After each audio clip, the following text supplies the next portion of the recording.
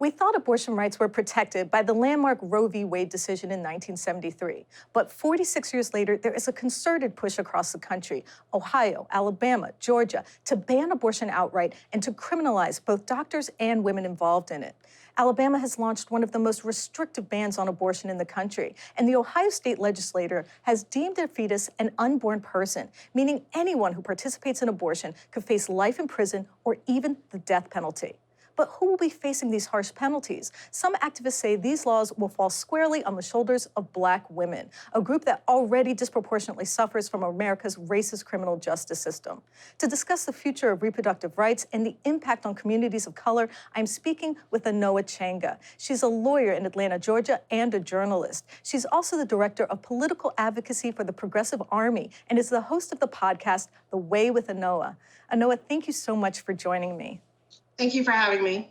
Now, can you talk a little bit about the restrictions on abortion in your own state of Georgia and how these restrictions are impacting the women in your home state? The proposed legislation is a 6-week abortion ban, and many have correctly called this a total abortion ban. And it's also based on a legal fiction and really a medical fiction. These bills have been referred to nationally as quote unquote heartbeat bills, when in fact we're not actually talking about an actual cardiovascular system or actual heartbeat like fully matured babies actually have. We're actually talking about a cluster of cells with an electrical pulse, which is being used to determine the point in which an abortion would no longer be permissible under the laws of these states, including my own state of Georgia. Currently, right now, the one thing to continue to stress for everyone is the law is not currently in effect. Okay. Abortion is still legal and still possible in Georgia, Alabama, and all these states passing these laws. These laws do not go into effect for some time, and there are mounting legal challenges. But really, some of the major issues besides the total abortion ban, I mean, many women do not even know they're pregnant at 6 weeks. And to be clear, we're talking about 6 weeks, and there's some funniness in the different legislations on when 6 weeks even starts tolling. Because when you're talking about like how far along you are in pregnancy, usually that's determined by your last menstrual period. Right. So it's not even that you're actually, a 6 weeks of a fertilized embryo, but that it's 6 weeks from the last time you had a menstrual period. So you could actually be far less along in terms of an actual pregnancy in that 6-week period, that designation. So it gets real tricky. But the real problem with these laws is it's going against science. It's going against medical testimony from doctors, midwives, doulas, nurses. An entire medical community has come out against these laws. They're going against the law as it exists, as it's been well settled by Roe in subsequent cases. And they're going against common sense, right? There's no legitimate public policy or reason for such restrictions on abortion. And there are many who would argue there should be no restrictions at all. But there really is a conversation that has been happening nationwide, which to the most part, I'm really thankful to see happening about reproductive justice, not just simply access to abortion, but reproductive justice as a whole, and really seeing some amazing organizers and organizations that are starting to get not just fundraising and support, but also the shine, so to speak. Now, we know that poverty disproportionately impacts Black women. How do you think this ban on access to reproductive services will affect them? Do you think this will disproportionately impact Black women? Oh, most definitely. When you're talking about a state like Georgia, which is the absolute bottom of the barrel in all the states in terms of infant mortality, not infant mortality, sorry, maternal mortality, and it is also pretty low in terms of infant mortality, access to pediatric care. There are approximately half of the counties. We have 159 counties in Georgia. Approximately half do not have any OBGYNs. So we're already talking about a very compounded and problematic system of access to healthcare and safe and affordable healthcare for women in terms of the reproductive health. And now we're adding this other layer onto it, and it is definitely going to impact negatively poor Black women, marginalized communities, across the board. And then we're looking at a legislature that claims to care about life, but will not do things such as expanding our Medicaid, which would help alleviate some of the issues and conditions that we already have medically. The CDC just released a report showing that maternal health is in incredible jeopardy in the United States, and that many of these deaths of both mother and child are preventable. What do you think the impact of these abortion bills and these reproductive inhibitors, these that are restricting access to Planned Parenthood, how do you think this is going to affect the health of women and children? Well, so when you mention Planned Parenthood, right? So Planned Parenthood, there's this whole big, we've seen this for years now about defunding Planned Parenthood because of tying it to abortion, when in fact the funding that Planned Parenthood and similar centers receive is directly related to the comprehensive health services that they provide that does not include abortion, right? So we're looking at really an attack on, poor and working class, people, because it's not just women who are able to receive medical assistance at Planned Parenthood, but we're looking at an attack on people's access to healthcare and just in another way by using abortion as this boogeyman.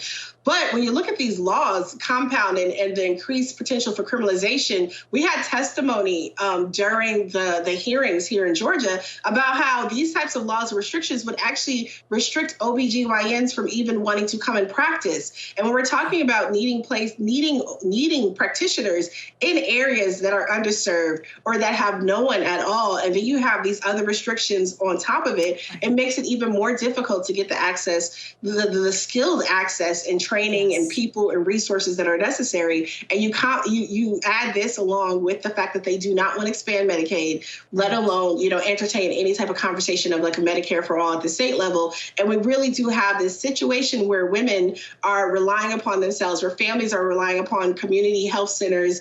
We have the Feminist Women's Health Center here in Atlanta. I mean, there are abortion funds all over the South that are really, cash strapped and trying their best to make sure and make a way, because there already are restrictions. Like, it's great that everyone's paying attention now, but there already are massive restrictions across the country in many locations that limit and inhibit access to care in varying capacities and ways, right? And so now we have this as an additional layer that, like I said earlier, acts as a total ban.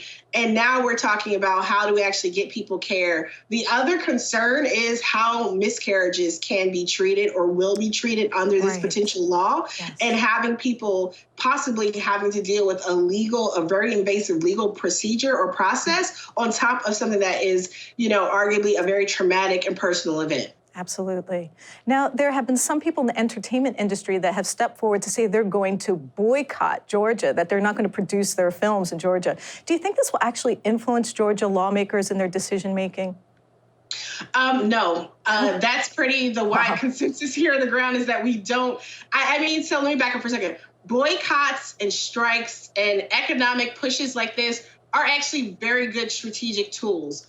But the key word is strategic, right? And they actually have to be tied to local organizing, local voices, and people who actually understand the intricacies in the legislature and with all these things going on. So, Stacey Abrams, who ran for governor, put out a series of tweets, and her organization Fair Fight is raising money to support reproductive justice organizations locally. They've asked people to, consider supporting and staying and helping Georgians fight. So it's understandable the need to want to boycott. But here's the thing, right? Boycotting Georgia does not do anything also about the very strategic national effort to actually pass these laws. And when you're thinking about right to life, if we want to boycott, if we want to do an economic boycott, we should be researching who are the corporate entities, who are, major bigwigs, who are the people who are funding the right to life movement nationally that are actually pushing these laws. We've seen people in the past look at boycotts of ALEC. This is the same type of strategy if you want to boycott. But for those in the music and the entertainment industry who think they're supporting, they should actually look to the women who are in the local, film and media union, who actually have their own petition that with all these people who are so concerned about supporting and saying women, you would think they would have tens of hundreds of thousands of signatures right now. And they're trying to get 2,000 signatures to stand in solidarity with them. You also have the reproductive justice, leaders within various organizations. You have Sister Song, you have Feminist Women's Health Center, you have ARC Southeast, you have all these different organizations. You have Yellow Fund in Alabama. You have all these different organizations where people are saying, hey, don't boycott us. Why don't you come work and help invest in us? Because if we actually want to change the balance of power, we need freedom fighters. We need financial freedom writers to come and help us flip the switch on what's happening down here, because people are working very hard. Just because you don't hear about it doesn't mean it isn't happening. But I do understand people not wanting to give money to a state, but we also give money to the federal government, and we have the person we have as president that's doing the messed up things that he's doing. So instead of, just completely pulling any resources, if you want to boycott, that's fine, but then at least, invest in the people who are trying to make it better. Excellent point. I just was curious, what is the makeup of the state legislature in Georgia? Is it similar to Alabama? For example, in the state of Alabama, all of Alabama Senate Republicans are white men, and they dominate the Senate. What does Georgia's legislature look like? Georgia's legislature has been increasingly diversifying, but it still is a very similar issue we have here. I mean, you have it in many places that have had issues with gerrymandering and voter suppression, right? And the ability to actually flip seats and send people. But we have seen an increase in people of color and Black people in these seats. Last cycle alone, we had a couple of different people who were actually first generation Americans and new Americans who were elected to Senate and representative seats. Sheikh Rahman, coming out of Gwinnett County, was elected to the Senate, actually. And he is considered a new American leader. So someone who became a citizen, immigrated here, became a citizen, and then became an elected official. But that's what some of the push is. And we're building on the work that Stacey Abrams was talking about in terms of expanding the electorate, because demographically, we should be able to have a much more representative legislature when we're talking about on the Senate side. House Representatives, we do have a decent contingent in terms of our Black caucus, and then other members of color as well. But there's still so much room for growth when you start looking at really the state as a whole and representation. And that is something that people have been really thinking about and talking about, particularly as they start tackling the conversation around gerrymandering and redistricting. Well, since Trump's inauguration, 6 other states, Georgia, Kentucky, Ohio, Iowa, and Mississippi, and North Dakota, have passed the heartbeat bill, which would allow criminal charges against both doctors and women seeking abortions. And it would characterize the unborn person as a human, which means abortions could be punishable by life in prison or even the death penalty. Do you think this criminalization of abortion will lead to that kind of extreme sentencing? So what's really been great to see is that people on multiple fronts, whether they are directly in reproductive justice spaces or they're in criminal defense, prison reform, abolitionist spaces, like to see the cross-pollination of voices coming around to really help us not get to that point, because that's really the strategy we're right now. Hopefully we don't get there. I do think that there are judges. I do think that there are DAs. I do think that there are folks who would balk at that happening.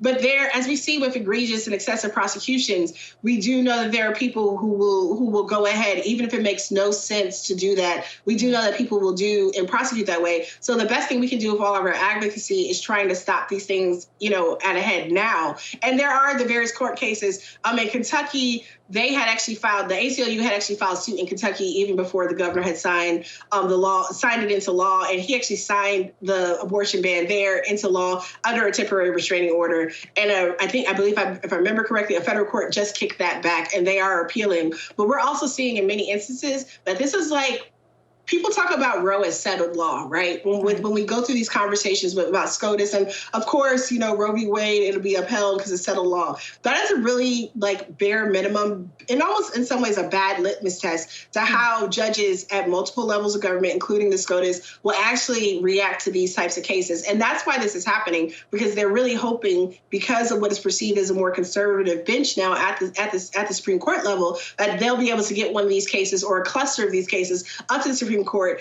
and really erode, if not underturn or undermine Roe in a very significant way. And even if Roe v. Wade itself is still considered settled law, like I said, we've seen numerous ways that abortion access and rights have been restricted. And as you just pointed out, this push to try and criminalize abortion, there's going to be a real conversation, I think, legally in the legal community around that, whether or not that it comports, whether or not that's inconsistent, and how we push forward. But the other thing that really concerns me about this is the way in which, going back to our early conversation about how these laws disproportionately affect women of color, is the fact that the criminalization, as we know in the general other, crimes or other things that are, that this will be another way of further criminalizing people of color, women of color in particular, around abortion as this new frontier. And it's totally based on fallacy, right? It's make-believe science that is not grounded in anything factual, but these national organizations that are trying to push this particular very, very evangelical Christian agenda that is really undermining rights and access across the board. With President Trump in office and Brett Kavanaugh on the Supreme Court, has this emboldened lawmakers to push for these extreme restrictions? Yeah, I do think that as we've seen across quite a few, the Muslim ban, I mean, we've seen one extreme thing after another since 2017, right? And it's not that none of these issues have existed before Trump, but his language and the way he is distorting information, and he has such a large platform because mainstream media does not even effectively fact check or correct him, right? Like when he was at a rally recently claiming that doctors and parents are assassinating babies, which is actually murder. That is something that is not happening at all, ever, anywhere. And he is claiming that that is what a later term abortion, which I'm really appreciative of all people who push back on some of the language that is even used, that is not even factual. So he's definitely giving people, blanket, right to run around and I mean, even when you listen to some of the testimony from these lawmakers, right, when they're at the well, when they're speaking in such wild terms that are not grounded in anything factual or real life, and they're so hell bent on making these crazy decisions, these very extreme decisions, that they're not listening to reason. We can't reason with them. These notions that we can somehow reason with reasonable Republicans. If they are still standing as a Republican alongside of this decision being made, we have to question how reasonable they actually are, right? Like, I mean, we need to be standing with people and making sure we're getting communities the right information. I know here in Georgia on June 1st, collective, the Reproductive Justice Coalition groups are having a people's town hall to start informing people about what is going on and what can be done next. Hopefully other groups are going to continue doing the same thing, because this issue is really making the case for why we need year-round engagement around these major issues, and not simply when candidates want to show up 6 weeks before an election to talk about what's important. I know you've been a vocal supporter and even critic of progressive candidates, including presidential hopeful Bernie Sanders. What role do you want to see candidates play in pushing back against these restrictions on reproductive rights? I think, for the most part, several of the candidates, I saw Senator Sanders had several tweets, along with Cory Booker and Kamala Harris, and Elizabeth Warren had some really great tweets. So I saw that some of them have been starting to leverage their platform to not only address this issue head on and not do the false equivalency, good people on both sides type of thing that unfortunately sometimes happens with Democrats in the subject of abortion. And I've also seen some of them lifting up actual local organizations, which is so crucial, which is why I keep reiterating it, because these are people who are on the front lines, who are doing the work, who really need our support and to be lifted up. I do think that they have not only a space in this conversation in terms of making sure that they actually understand what the good information is. There was actually, Samantha Bee did a bit recently about, one thing she noted in that bit, she did a bit about, sex ed for state legislatures or whatever, but she noted that even presidential candidates are kind of getting certain things wrong. And I think what they're getting wrong is the same thing that mainstream media gets wrong. They're not correcting the false narratives that are built into questions when they're asked. They'll say, no, that's not what's happening, instead of challenging the person asking the question and then correcting it. And I think we need to correct, this idea that later term abortions, because of what they're describing, that's just one clear example where, because of the huge platform presidential candidates have, they have an opportunity to help shape the dynamic around a lot of this information and use language like anti-choice versus pro-life, and use language, I forget what the proper term is that people have been using instead of later term abortion. There's another term people have been using as well, because that's not really a defined thing. And so by doctors. So there is good language out there that they could just take some time, have a staffer to research and make sure that they are doing the best thing possible in terms of their advocacy. But I do appreciate Senator Sanders, Senator Warren, and others who have been raising their voice around this issue the past week. It has been really good to see them boosting people instead of following suit with what like Hollywood folks should have taken the same type of approach that the presidential contenders did, and taken a moment to breathe and look and see what local people were asking for. You make an excellent point that candidates have an opportunity to change the framing of these questions, and that's a really important part of this discussion. Now, I was curious if you've seen any polls or any indications of how the Black community views this discussion on reproductive rights. I haven't seen any particular polls about that specifically in the past week. I'm actually one who is skeptical of polling, but I do know that there's a lot of conversation about how, as you know, the Black community tends to be kind of conservative on particular issues, right? And abortion goes different ways depending upon who you're polling and where. But I do think that this is another instance where we need to have really good engagement, voter outreach, and just education on what reproductive justice entails, why it's necessary for us to be aware and present in these conversations, and how it fits into the overall healthcare, conversation about healthcare and economic justice as a whole, right? Abortion is not like some siloed, standalone conversation. Abortion is an issue of healthcare. Abortion is an issue of economic justice. I mean, these are conversations that we need to be having. And I think that these organizations like your larger orgs, like your NARALs and your Planned Parenthoods, I know they've made more of an effort, but there really is a necessity to have conversations with these constituency groups. And I do think that I had a conversation with a friend who was just talking about how there's progressive faith-based leadership that is actually trying to navigate this conversation as well with communities to help them become more informed and aware. I know we have personal opinions about stuff, and that's great, but we should actually know the facts. And that's what we should be basing laws on. It's interesting that you brought up the conservative strain in the Black community, because there's some critics I've heard that say that reproductive technologies like Norplant and abortion have targeted the Black community purposefully. How do you respond to those type of concerns?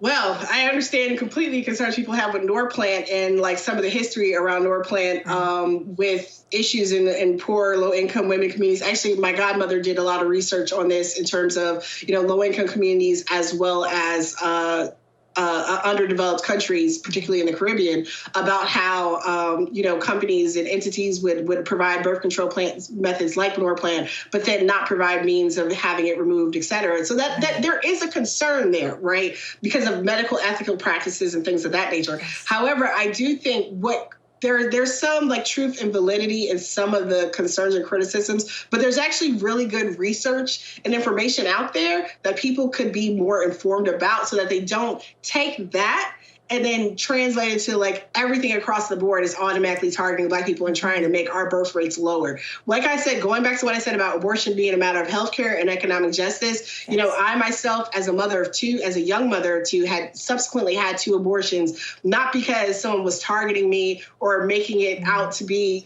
we want to get rid of your Black babies, but because for my life and the children I was already raising, that was the right decision for me to make.